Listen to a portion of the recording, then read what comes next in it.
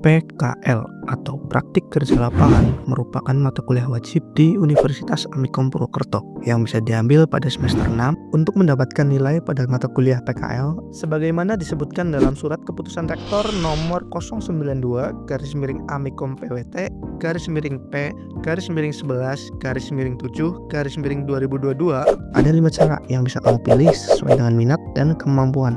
Yang pertama, seminar praktik kerja lapangan, yaitu kegiatan di mana kita mempresentasikan proyek yang telah dibuat di depan dosen penguji.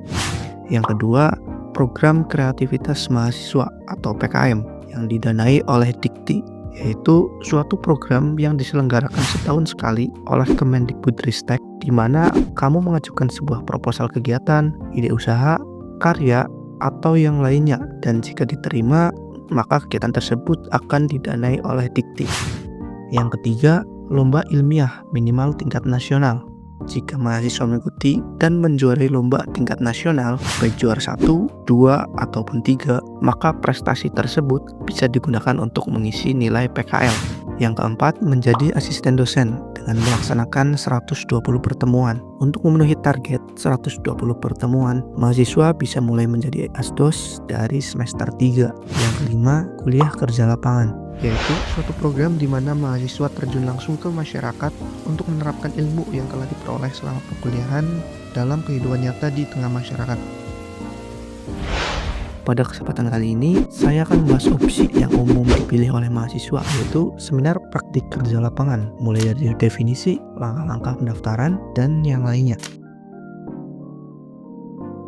Seminar praktik kerja lapangan yang biasa disebut KP merupakan kegiatan di mana mahasiswa mempresentasikan proyek yang telah dikerjakan sesuai dengan bidang konsentrasi mereka di hadapan dosen penguji. Hasil seminar ini menjadi dasar penilaian untuk mata kuliah PKL.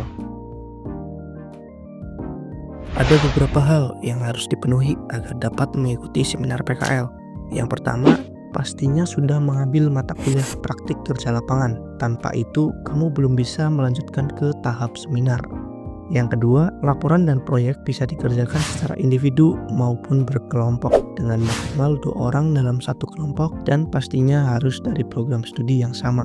Yang ketiga, mengikuti sertifikasi yang diadakan oleh kampus. Yang keempat, membuat proyek sesuai dengan konsentrasi masing-masing. Yang kelima, laporan PKL harus ditulis mengikuti template resmi yang telah ditentukan. Template ini bisa kamu temukan dengan mudah di Google. Cukup ketikkan template laporan tugas praktik Amikom Purwokerto, maka kamu bisa menemukannya. Yang keenam, melaksanakan bimbingan minimal 2 kali dengan dosen yang berbeda untuk mendapatkan kritik serta saran agar proyek dan laporan yang sudah dibuat menjadi lebih baik lagi. Terlaksananya bimbingan dibuktikan dengan kartu bimbingan yang telah ditandatangani oleh dosen pembimbing.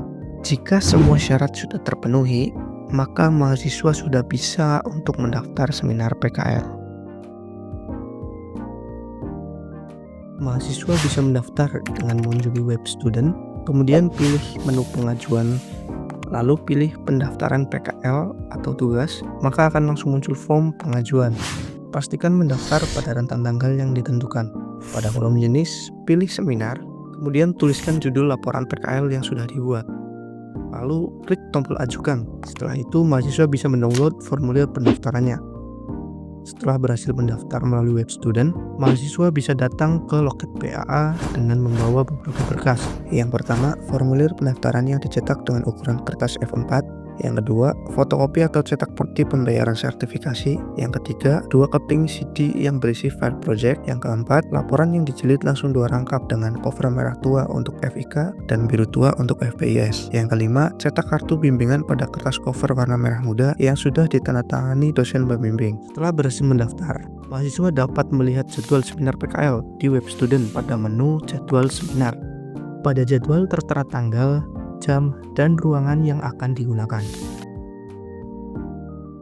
Meskipun laporan dan proyek dikerjakan secara berkelompok, pelaksanaan seminar dilakukan secara individu. Kamu akan tampil sendiri mempertanggungjawabkan hasil proyek di depan dosen penguji. Tapi sebelum itu, ada aturan penting yang wajib kamu patuhi mengenai aturan berpakaian.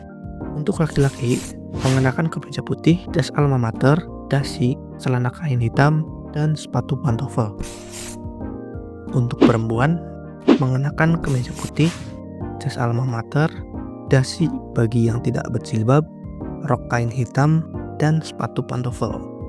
Sebelum seminar dimulai, kamu harus menyiapkan semua peralatan sendiri, mulai dari laptop, slide presentasi, hingga file project. Kampus hanya menyediakan proyektor, dan jika laptopmu tidak support HDMI, kamu bisa meminjam konverter di UPT Laboratorium lantai 4.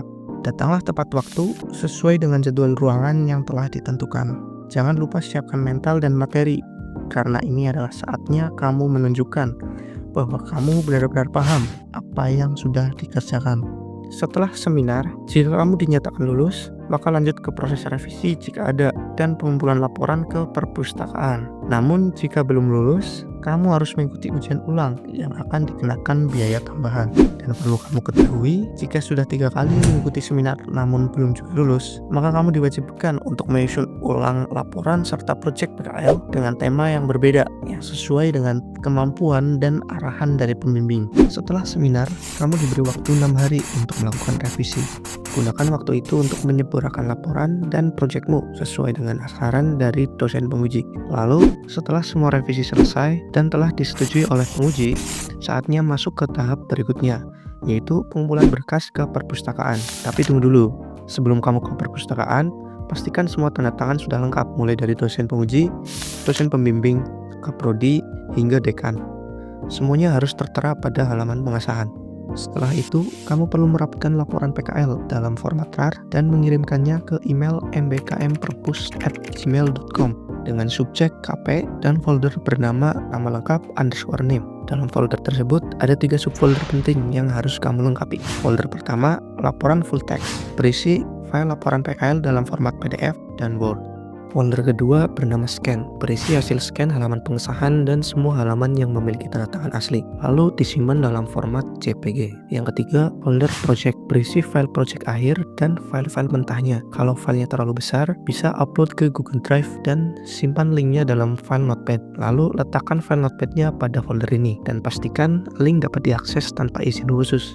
Setelah semua siap dan kamu sudah mengirim softfilenya, ini waktunya datang langsung ke perpustakaan. Jangan lupa bawa formulir bukti penyerahan PKL yang bisa diunduh di link di bawah. Ketik bagian nama, NIM, dan prodi terlebih dahulu sebelum dicetak. Jika laporanmu lengkap, pustakawan akan memberikan nomor bukti, tanda tangan, dan cap. Kemudian bukti itu bisa kamu serahkan ke loket PAA sebagai tanda bahwa kamu sudah mengumpulkan laporan PKL. Dan sekarang kamu tinggal menunggu. Nilai PKL akan keluar di akhir semester atau 1 minggu setelah UAS, selama kamu sudah menyelesaikan semua tahapan tadi. Namun ingat, kalau kamu menyerahkan bukti pengumpulan melewati semester berjalan, maka kamu harus mengambil ulang mata kuliah PKL di semester berikutnya.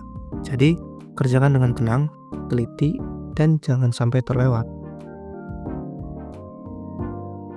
Nah, itu dia seluruh tahapan yang perlu kamu lalui untuk mengikuti dan menyelesaikan seminar praktik kerja lapangan di Universitas Amikom Purwokerto. Mulai dari memilih jalur PKL yang sesuai, menyiapkan laporan dan proyek, mendaftar melalui web student, melaksanakan seminar, hingga ke tahap revisi dan pengumpulan laporan ke perpustakaan. Semua harus kamu jalani dengan tertib, teliti, dan tepat waktu.